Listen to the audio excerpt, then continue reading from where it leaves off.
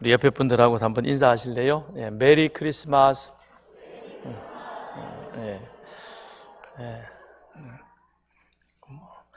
1년에 한 번만 할 수 있잖아요, 그죠? 안녕하세요는 여러 번 할 수 있지만 메리 크리스마스는 이제 1년에 딱 한 번 오늘만 할 수 있는 그런 인사인 것입니다. 메리 크리스마스라고 하는 것은 예수님께 즐거이 예배드리자, 예수님께 즐거이 예배드리자 그런 인사인 것입니다. 예수님이 탄생하신 지 2000년이 지났건만 그러나 예수님이 탄생하신 날이 12월 25일이 맞느냐 아니냐, 어디서 태어났느냐, 우리가 과연 그것을 메리 크리스마스라고 그렇게 이야기해야 되는지, 여기에 대해서는 지금까지도 이런저런 여러 가지 많은 이견이 있습니다. 그러나 분명한 것은 예수님은 이 땅 가운데 사람으로 오셨습니다. 예수님이 이 세상에 사람으로 태어나셨다는 사실은 확실한 것이요, 오신 예수님은 그는 하나님으로 사람의 몸을 입고 이 땅에 오셔서 하나님께서 우리에게 약속하신 하나님의 구원의 역사를 우리 가운데 이루셨습니다. 그래서 이 성경에는 이와 같은 하나님의 구원의 역사가 기록이 되어져 있는 것이요, 구약에서 예언했던 그 모든 것이 예수님이 오심으로 성취되셨고, 그리고 우리가 보는 앞에서, 제자들이 보는 앞에서 하늘로 올리워지셨고, 그리고 다시 오마 약속하신 그 미래의 약속을 우리는 기다리며 오늘 또 이 자리에 나와 함께 예배하는 것입니다. 그런데 예수님이 이 땅에 오심으로 말미암아 우리 인류의 역사는 예수님의 오심을 그 기점으로 해서 예수님이 오시기 이전 그리고 예수님이 오신 이후 그 둘로 인간의 기록의 역사도 바뀌어지게 되죠. 그래서 예수님이 오시기 이전, 태어나시기 전 그 역사를 우리는 BC라고 얘기를 합니다. 예수님이 오시기 이전이었다, Before Christ라. 그런데 예수님이 오신 이후로 우리 인간의 역사는 이제 AD로 그렇게 기록을 합니다.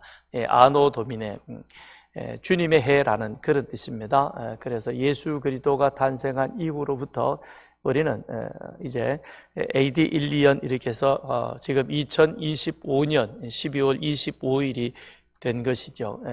그래서 인류의 역사에 기록하는 방법이 예수님이 이 세상에 오심으로 인하여서 그 이전의 역사와 이후의 역사의 분기점으로 우리는 새롭게 기록하고 있는 것입니다. 세상의 중심이 세계 어떤 그런 무력이나 권력, 로마는 무력으로 무려 1000년 동안이나 세계를 지배를 했습니다. 그러나 그 로마가 지배했던 그 시점으로부터 우리는 인류의 역사를 기록하지 않습니다. 어쩌면 가장 연약한, 그런데 예수님이 태어나셨을 때 그가 태어나셨다는 사실을 당시에 있었던 예루살렘의 헤롯을 비롯한 제사장이나 모든 사람은 몰랐습니다. 동방의 박사들이 별을 보고 왔었고, 그리고 그 사실을 들에 있는 목자들이 알게 되었고, 그래서 그들이 와서 구유에 누이신 예수께 경배했습니다.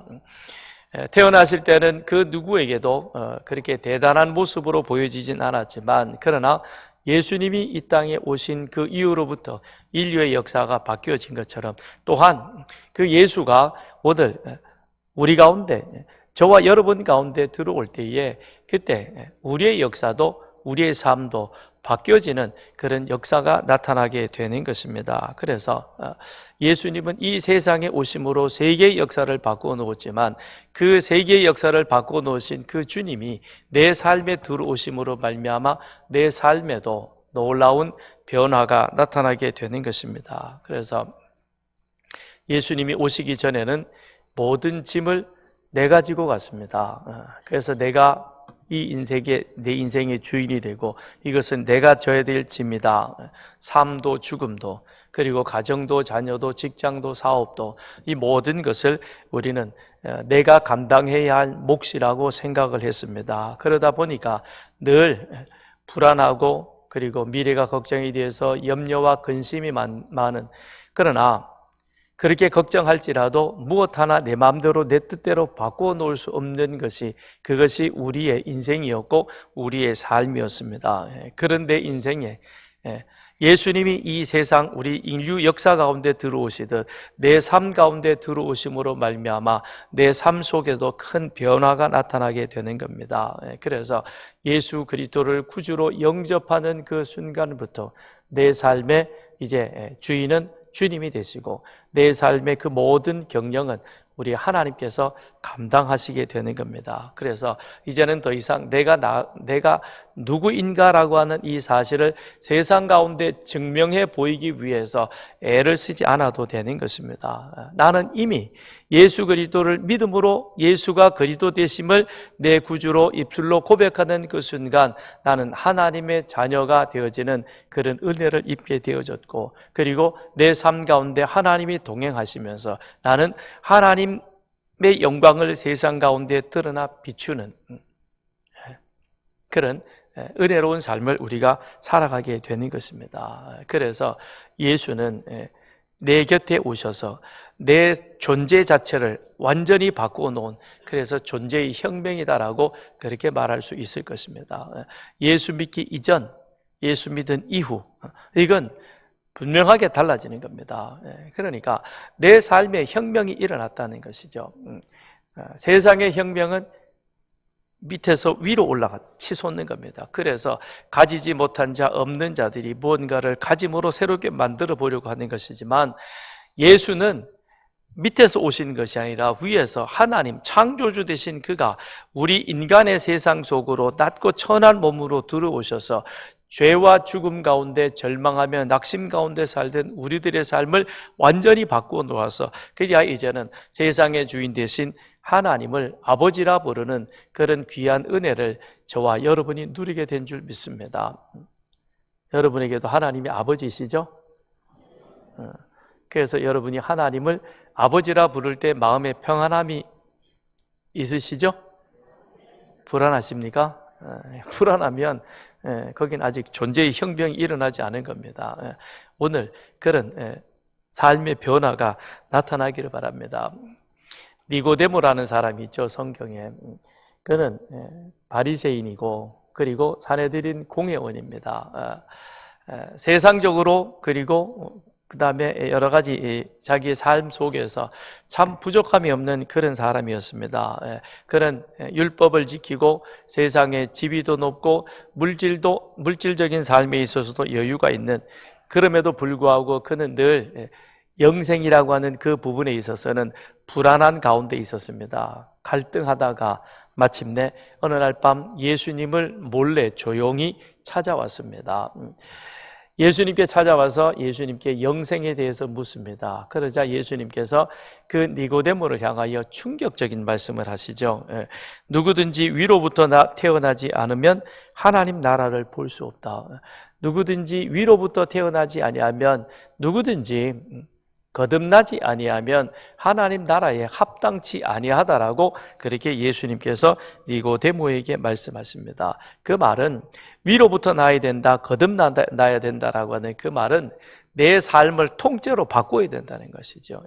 이전에 살아왔던 이 삶, 내가 주인이 되고 그래서 그 주인됨에 있어서 내 자신을 증명하기 위해서 애쓰고 수고하던 그런 삶이 아니라 그걸 이제는 확 뒤집어서 그리하여 하나님 예수님이 내 삶의 주인 되는, 그래서 하나님의 영광을, 하나님의 뜻을 세상 가운데 펼치는 자, 그런 삶이 되어야만 하나님 나라에 합당하다라고 그렇게 니고데모에게 말합니다. 그러니 니고데모가 짐을 벗으려고 왔다가 도리어 더 큰 짐을 안고 가게 된 그런 상황이었습니다. 어떻게 거듭나냐, 내가 이 나이에 이만큼 살았는데, 그리고 내가 이만큼 살아오면서 그러면서 삶의 습관이 이미 우리 굳어져 있죠, 그죠?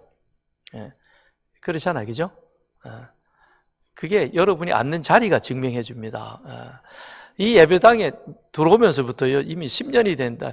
10년 동안 그 자리에만 앉는 분이 계세요. 예. 그걸 바꿔야 되는데 그게 쉽겠어요? 다음 주에는 이렇게 바꿉시다. 그래도 여전히 그 다음 주에도 똑같이 오는데, 그러니 니고데모가 생각할 때 어떻게 했어요? 야, 큰일 났다. 이거 어떻게 하면 좋으냐. 그래서 걱정이 태산이 되어가지고 돌아갑니다. 그런데 그런 니고데모의 삶에 변화가 나타나죠. 그건 예수님이 십자가에 달려 돌아가셨습니다. 가까이 있던 모든 제자들도 다 당시의 상황이 너무 두려워서 다 떠나가 버렸어요. 숨었습니다. 어디인지 모릅니다.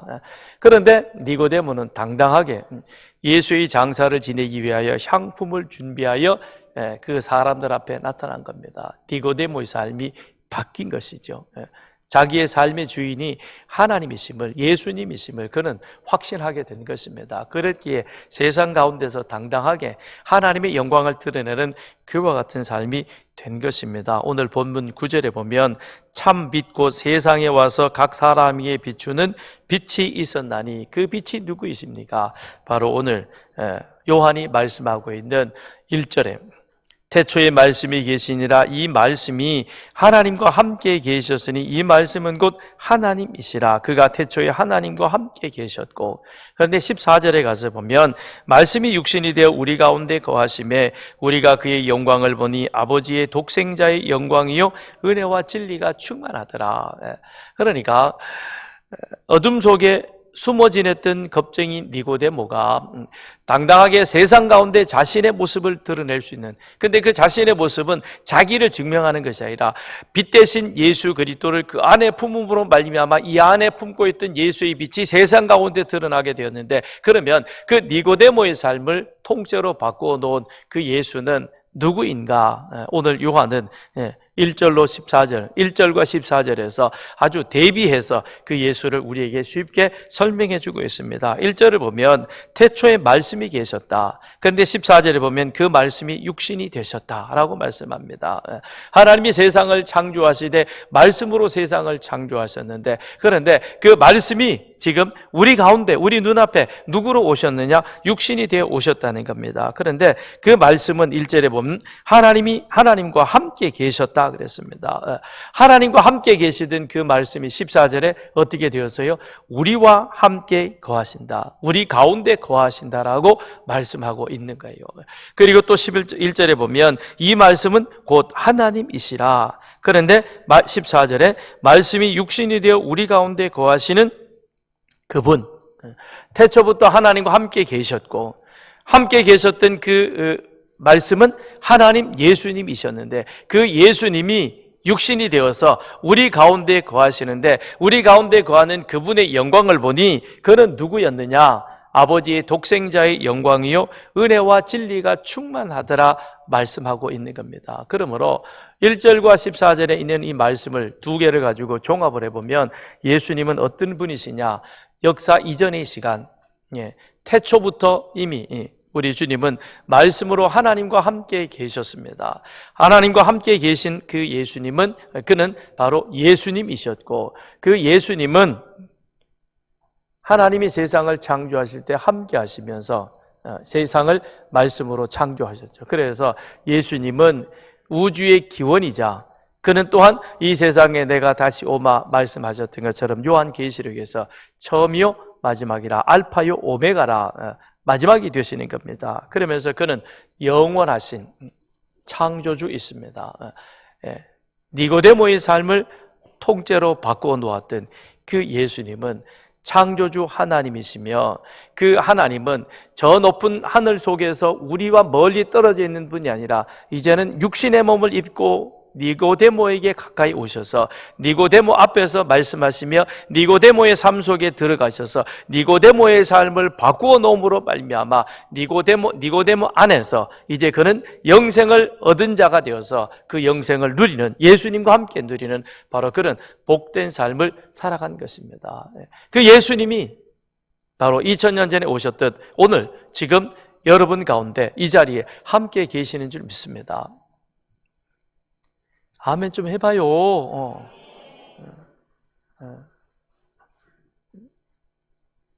그 예수님을 이 시간 예수님이 여러분을 만나고 싶어 하시거든요. 여러분도 예수님을 만나시고, 그리고 그 예수님이 여러분의 삶 가운데 역사하시는 은혜를 누리시기를 바랍니다. 3절로부터 5절에 보면 만물이 그로 말미암아 지은 바 되었으니 지은 것이 하나도 그가 없이는 된 것이 없느니라. 그 안에 생명이 있었으니 이 생명은 사람들의 빛이라. 빛이 어둠의 빛이 돼 어둠이 깨닫지 못하더라. 창조주 예수님이 세상에 오셨습니다. 왜 오셨을까요? 고장난 인간을 고치기 위해서 오신 겁니다. 하나님이 세상을 창조하셨고, 창조하실 때 예수님도 같이 창조하셨죠. 그때 하나님이 우리의 모양과 우리의 형상을 따라 누구를 만들어서요? 사람을 만들었는데, 하나님의 형상 따라 지음받은 그 아담이 하나님의 법을 어김으로 말미암아 하나님과의 관계가 깨어지게 된 것이죠. 하나님과의 관계가 깨어졌다는 것은 곧 우리 안에 문제가 생겼다는 것입니다. 우리 안에 문제는 무엇입니까? 죄로 인한 죽음이 찾아오게 되는 것이죠. 우리가 이 세상에서 아무리 무언가 대단한 업적을 이루어도 그래도 우리는 다 죽습니다. 안 죽는 사람 있으면 자신 있게 아멘 해보세요. 나는 안 죽는다. 육신으로 난 것은 반드시 의 육신은 죽을 수밖에 없는 그런 존재인 것입니다. 그런데 보세요. 죽으면 살아있을 때는 앞에서 뭐 한 것 이거 기억이 되고 뭐 얘기하고 그러죠. 죽고 나서 3년만 지나봐요. 기억나요? 없어요. 없어지는 거예요. 다 사라지는 겁니다. 그러니 이 땅에서 우리가 뭔가 대단한 것을 만들어 놓고 뭘 자랑하고 그럴지라도 조금 시간이 지나면 없어지는 거예요. 그래서 우리 인간은 죽음과 더불어 사라지고 없어져 버리는 그와 같은 존재인 것입니다. 그런데 하나님은 우리를 그와 같은 모습으로 원래는 창조하지 않으셨던 것이죠. 아담 안에 영생이 있었는데 하나님의 법을 어김으로 말미암아 그 하나님과의 관계가 깨어지며 죽음이 우리 가운데 찾아오게 되었고, 그리하여 우리는 죽음의 문제를 해결하기 위하여 두려움과 불안 가운데 사는 고장난 인간이 되어진 겁니다. 그런데 이 고장난 인간을 고치러 오신 거예요. 누가 고칠 수 있습니까? 예수님만이 고칠 수 있는 겁니다. 예수님 외에 다른 어떤 사람도 고치질 못합니다. 뭐 지금 우리 세계 최고 부자가 뭐를 이렇게 냉동시켜가지고 몇십 년 후에 다시 살겠다고 그래봐야 그도 죽는 거예요. 냉동돼서 살아나 본들 뭔 의미가 있겠습니까? 천국 가는 것이 훨씬 낫죠. 어차피 우리는 죽어 소멸되어질 수밖에 없는 그런 존재인데, 그런데 창조주 대신 하나님이시는 예수님이 우리 고장난 인간을 고치시기 위하여 이 땅에 오신 것이죠. 그래서 이제는 아담에게서 사라졌던 하나님과의 관계를 다시금 회복시키셔서 하나님과의 관계가 회복되어지며 영생에 잇대어진 바로 그와 같은 존재로 살아갈 수 있도록 그렇게 하기 위하여 우리 주님께서 이 땅에 오셨습니다. 이 땅에 오셨습니다. 빛이 어둠의 빛이 돼 어둠이 깨닫지 못하더라. 깨닫지 못하다라는 것은 이해하지 못한다라는 그런 의미도 있지만 이기지 못한다, 억누르지 못한다라는 그런 뜻도 있는 겁니다.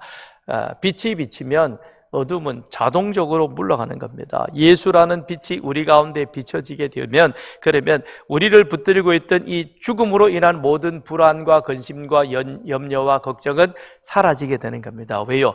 빛에 의해서, 예수에 의해서 그것이 억눌림을 받게 되는 거고 자동적으로 사라지게 되는 것이죠. 그러므로 내 안에 예수 그리스도가 들어오셨다라고 한, 내가 예수가 나의 구주가 되셨다라고 영접하는 그 순간 우리는 우리 가운데 붙들고 있던 모든 이 염려 근심은 바로 빛 대신 예수에 의해서 정복당하고 우리는 예수로 말미암아 영원한 생명의 자리로 나아가게 되는 것입니다. 그래서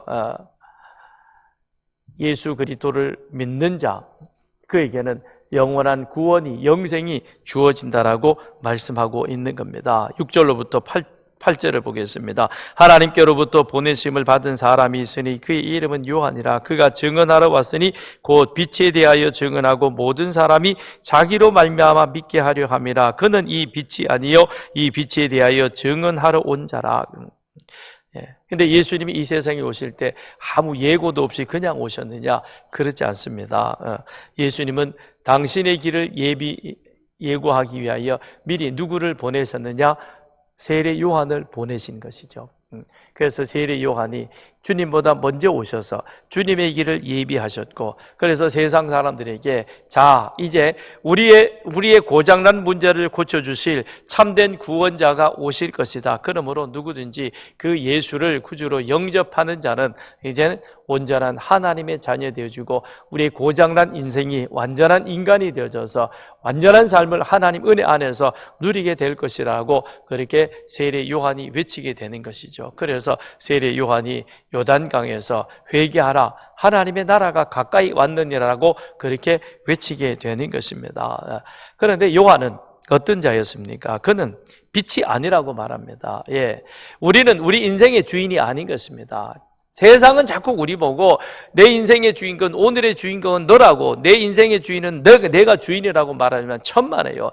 그렇기 때문에 우리는 더 억눌리는 겁니다. 아니요, 우리는 하나님의 삶을 이 세상 가운데 그 영광을 드러내는 자인 것입니다. 우리는 절대 빛이 될 수 없는 것입니다. 세례 요한이 그 말하고 있는 것이죠. 증언하라, 나는 빛에 대하여 증언하는 자이다라고 그렇게 말씀하고 있는 것입니다.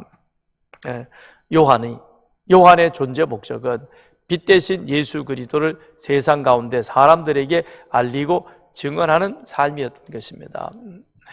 여러분 혹시 기억나십니까? 옛날에 동네마다 가끔씩 설날이나 명절이 되면 서커스단이 오죠. 서커스단이 와가지고는 넓은 공터에다가 천막을 치고 그렇게 공연을 준비합니다. 그러면 이제 그 중에 광대들이 북을 들고 나와가지고는 이상한 분장을 하고, 이 왜 이렇게 발 뒤에다가 이렇게 북 있잖아요, 그죠? 앞으로 가면은 둥둥 그러고, 그리고는 마이크 대놓고는 막 외치잖아요. 그래서 뭐가 왔다 그러고 이제 그 서커스단을 소개를 합니다. 그 사람들은 여기저기를 돌아다니면서 골목마다 다니면서 북치고, 그러면 애들이 뒤에 따라가고, 그래서 서커스단이 이 마을에 왔다는 것, 와보라, 그러면 너희들을 행복하고 즐겁게 해줄 것이다. 그렇게 광대들이 다니면서 서커스단이 왔음을 알리는 것처럼 우리는, 세례 요한은 이 땅에 빛 대신 예수 그리스도를 증언하는 그와 같은 삶이었고, 또한 우리 역시 하나님의 계획 속에 이 세상에 보내져서 우리는 예수 그리스도를 믿음으로 이제는 예수가 그리스도 되심을 세상에 증언하는 바로 그와 같은 삶을 살아가게 되는 것입니다. 그래서 하나님은 우리를 계획 속에 이 세상 가운데, 우리 가정 속에 우리들을 보내셨습니다. 그래서 이런 말이 있죠. 부모님은 자녀에 대한 계획이 없었을 수도 있는데, 그런데 하나님은 그 가정에 사랑하는 자녀를 보내셔서 그리하여 그 자녀를 통해서 하나님의 계획이 있다. 그러니까 우리가 이 세상에 태어난 것은 그냥 태어난 것이 아니라 우리 모두에게는 다 계획이, 하나님의 목적이 있는 것입니다. 문제는 내가 하나님을 만나지 못했기 때문에, 그래서 하나님의 목적, 하나님이 우리를 세상에 보내실 때는 세례 요한에게는 예수 그리스도를 증언하는 것이 그의 인생의 목적이었듯이 나의 목적이 있는데 그 목적을 내가 모르고 그러고는 살아가다 보니까, 그러니 삶이 힘들어서 때로는 태어난 나를 원망하기도 하고 가정의 환경을 탓하기도 하고 부모에게 그 모든 잘못을 되돌리는 그런 어리석은 말들, 행동들을 우리는 하게 되는 것입니다. 그러나 예수 그리스도를 만남으로 인하여 우리는 예수 그리스도를 통해서 나를 향한 하나님의 계획이 무엇인가라고 하는 사실을 우리는 깨달아 알게 되는 것입니다. 그래서 예수 앞에 섰을 때에 나를 향한 하나님의 계획을 알게 되는 것이고, 그래서 우리는 하루를 살든 한 달을 살든 그 삶이 내 삶에 있어서 의미와 목적이 있다는 것입니다. 그러니까 예수 그리스도를 만나기 이전에는 세상의 시류를 쫓아가며 세상과 경쟁하는, 거기에서 어떻게든 이겨보려고 노력하며 몸부림치는, 그러다 보니까 우리는 탈진할 수밖에 없었지만, 그러나 이제는 그런 삶이 아니라 예수로 말미암아 하나님께서 나에게 주신 내 인생의 계획과 목적이 무엇인가를 알았기 때문에 그것을 이제는 추구하는 삶을 살기에, 그런데 그 삶을 살아감에 있어서는 나 혼자 사는 것이 아니라 우리 주님께서 내 곁에, 내 옆에, 내 앞에서 나를 이끌어 인도해 주시기에, 그러기에 내 삶이 훨씬 은혜가 있고 의미가 있는, 가치 있는 그와 같은 삶을 살아가게 되는 것입니다. 그래서 우리 가정을 들여다보려도 그렇고 우리 사업을 보더라도 그렇고요. 더 나아가서는 우리 나라를 보더라도 그렇습니다. 작게는 우리 가정, 내 품 안에 있을 때는 자녀가 내 뜻대로 되는 것 같습니다. 그렇죠? 그런데 이 자녀가 4살, 5살만 돼도 어때요? 고집이 있잖아요. 그죠? 그 고집이 아니라 자기 생각인데, 이제 엄마의 생각하고 자녀의 생각이 조금 다를 뿐인 거예요. 그죠? 나는 지금 목사님한테 인사하는 게 목적이 아니라 목사님 손에 있는 과자를 나는 받고 싶은 게 목적이에요. 그게 순서가 약간 바뀌었을 뿐인 거예요. 과자를 주면 나는 고맙다 그러는데, 근데 엄마는 어때요? 네가 먼저 인사해야 된다라고 가르칩니다. 그 차이일 뿐인 거예요. 그게 그 다음에는 어떻게 돼요? 조금 더 커지면 엄마하고 자녀하고 갈등 관계로 번지게 되죠. 그 이제 사춘기가 오게 되면 엄마가 뭐라 그러면 문 쾅 닫고 들어가고, 그러면 엄마는 뒤에서 괜히 열받아가지고 저게 그럽니다. 근데 이미 끝난 거예요. 엄마는 진 거예요. 그때부터. 자녀를 도저히 이길 수 없는 겁니다. 그러니까 항복 선언을 하시길 바랍니다. 그게 훨씬 편한 거예요. 그 길이 이제부터는 달라지게 되는 거죠. 그런데 이 둘이 다시금 합할 수 있는 길은 어디 있느냐? 예수 안에서 부모도 자녀도 자신들을 향한 하나님의 뜻과 계획을 발견하게 되어지면 그 다음부터는 그게 갈등의 원인이 될 수는 없는 것입니다. 서로 다를 뿐인 것이고 서로 다른 모습으로 하나님의 뜻을 이루어가는 일에 있어서 협력하고 협조하는 삶을 살아가게 되는 것이죠. 그러니 우리 몸을 보더라도 그렇지 않습니까? 우리 몸에 있는 모든 이 지체들이 각각 다르게 생겨 있지만 그러나 결국에는 우리 몸의 유익을 위하여 있는 것처럼 우리 또한 그와 같은 삶을 살아가게 되는 것입니다. 그래서 예수 그리스도를 만남으로 인하여 그 다음부터는 우리 삶에 예수의 능력이 나를 통해서 나타나게 되는 겁니다. 9절부터 13절까지 우리 같이 읽습니다. 시작. 참 믿고 각 사람에게 비추는 빛이 있었나니 그가 세상에 계셨으며 세상은 그로 말미암아 지은 바 되었으되 세상이 그를 알지 못하였고 자기 땅에 오매 자기 백성이 영접하지 아니하였으나 영접하는 자 곧 그 이름을 믿는 자들에게는 하나님의 자녀가 되는 권세를 주셨으니 이는 혈통으로나 육정으로나 사람의 뜻으로 나지 아니하고 오직 하나님께로부터 난 자들이니라. 성탄의 주인 되신 예수께서 고장난 우리들을 고치러 오셨지만 우리가 예수를 만나면 우리의 고장난 부분이 잘 정리가 되어져서 그리하여 하나님과의 관계 속에 영원한 생명을 얻게 되는 것입니다. 그런데 우리는 고장난 이게 원래의 모습인 줄 알고 그리고는 그대로 살아가는 겁니다. 왜냐? 그게 편하기 때문에 거기에 익숙해져 있기 때문에 그런 거예요. 그래서 몸은 이 교회 안에 나와서 오늘이 성탄절이라 그래가지고 성탄절이기에 그래서 어떤 사람들은 가족들과 더불어 날씨가 추운데도 여기저기를 여행을 다니고 놀러 다닙니다. 그런데 나는 오늘 교회에 왔어요. 이 자리에 앉아서 성탄 축하 예배를 드립니다. 그런데 몸은 와 있지만 이 마음에는 여전히 자기가 주인 되어서 자기 뜻대로 고민하고 계시는 분이 계십니다. 여전히 예수 안에서 나를 바꾸려 하지 않습니다. 그래서 내 삶을 내가 책임진다는 그런 심정으로 오늘도 몸에 힘을 주고 있습니다. 몸에 힘을 주면 몸살 납니다. 우리 수영장에 가서 운동할 때 몸 풀려고 가잖아요. 그죠? 그런데 잔뜩 몸에 힘이 들어가서 수영하면 제대로 되지도 않고 가라앉고, 코치한테 욕만 시켜 얻어먹고, 그리고 집에 오면 몸은 더 찌뿌듯하듯이. 그게 우리 인생의 삶인 것이죠. 그게 뭐라고 말씀하고 있습니까? 세상을 비추는 빛이 왔으니, 그러니 이제는 그 빛을 받아들여서, BC의 삶은 예수 이전의 삶이 아니라 이제는 예수 이후의 주님의 해의 삶을 내가 같이 살아가는 그와 같은 삶이 되라는 겁니다. 그래서 12절에 영접하는 자 곧 그 이름을 믿는 자들에게는 하나님의 자녀가 되는 권세를 주셨다라고 말씀하고 있습니다. 권세를 주셨다. 이 권세는 어떤 것이냐?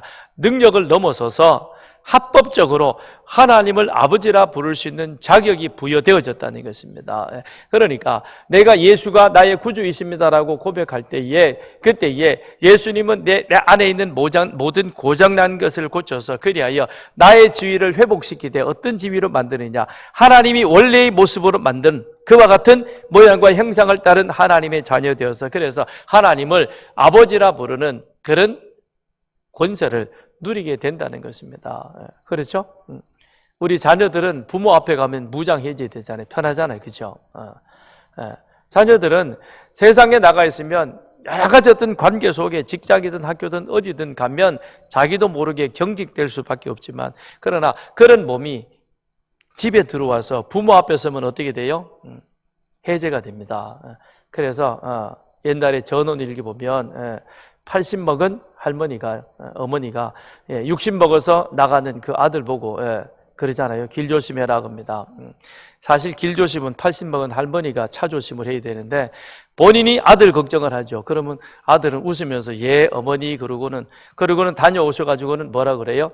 어머니 잘 다녀왔습니다. 그리고는 그 앞에서 편안하게 앉습니다. 부모 앞에 가면 자녀들은 무장해제 되듯이 우리는 하나님 앞에 가면 무장해제가 됩니다. 그래서 하나님을 아버지라 부를 수 있는 합법적인 자격과 권리를 우리는 얻게 되는 것이죠. 그래서 누구든지 예수 그리스도를 통해서 우리의 삶이 하나님 중심의 삶으로 나아가게 될 때에 우리는 하나님을 아버지라 부를 수 있는 그런 귀한 은혜를 누리게 되는 것입니다. 그런데 이것은 우리의 힘과 노력으로 주어지는 것이 아니라 100% 하나님께서 우리 가운데 주어지는 은혜인 것입니다. 그러므로 이것은 하나님이 영원하심 같이 하나님이 우리를 자녀 삼아 주신 그 자리에 있어서는 이것은 변함이 없는 것입니다. 그래서 우리는 예수 그리스도를 믿음으로 말미암아 구원받아 그래야 이 세상을 사는 동안 하나님이 우리와 함께 하시며 동행하실 뿐만 아니라 또한 우리는 죽어서 천국을 간다는 거기에 대해서 우리는 1%의 의심도 없는 것입니다. 왜냐? 이미 우리 안에는 예수가 들어오셔서 그리하여 내 삶이 예수 그리스도의 중심으로 바뀌어져 있기 때문에 그런 것입니다. 예수님이 이 땅에 오셨습니다. 주님이 이 땅에 오신 것은 고장난 나를 새롭게 고쳐서 그리하여 하나님을 아버지라 부를 수 있는 합법적 지위와 자격을 허락하여 주시기 위해서 오신 겁니다.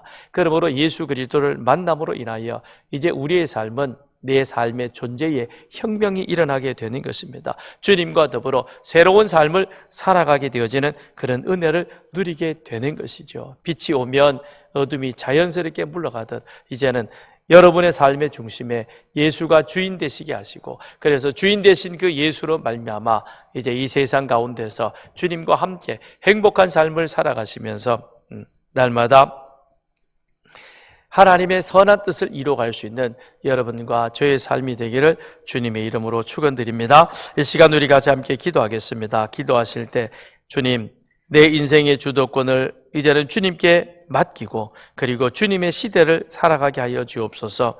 우리 가정과 일터에 거하시는 주님을 매 순간 의식하며 주님과 동행하는 우리의 삶이 되게 해 주옵소서. 같이 함께 기도하겠습니다.